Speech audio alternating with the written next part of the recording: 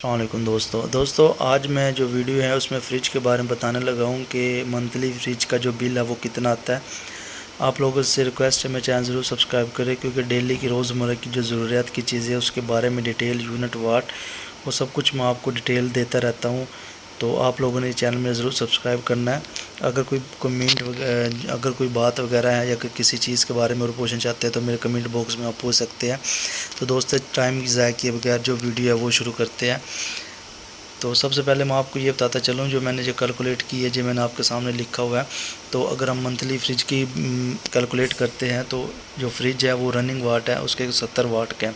जो 70 वाट पे जो रन करता है 3 घंटे का एस्टिमेट जो लगाया था 0.514 यूनिट, मतलब आधा यूनिट लेता है 3 घंटे में। अगर 1 घंटे को इस पे तकसीम करते हैं तो एक 0.17 यूनिट ये लेता है। अगर इसको 14 घंटे पे डिवाइड करते हैं 2.38 यूनिट बनता है।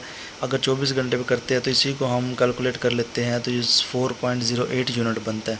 तो अमूमन जो घरों में है फ्रिज वो 14 घंटे चलता है डेली। तो 14 घंटे अगर यूनिट चलता है तो हम 14 घंटे की निकालते हैं। तो आप कैलकुलेशन करना चाहें तो 24 घंटे पे कर सकते हैं इसी को।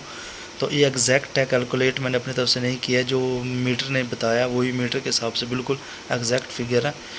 तो आप लोगों ने इसको ऐसे इग्नोर नहीं करना कि ये मैंने ऐसे कैलकुलेट किया।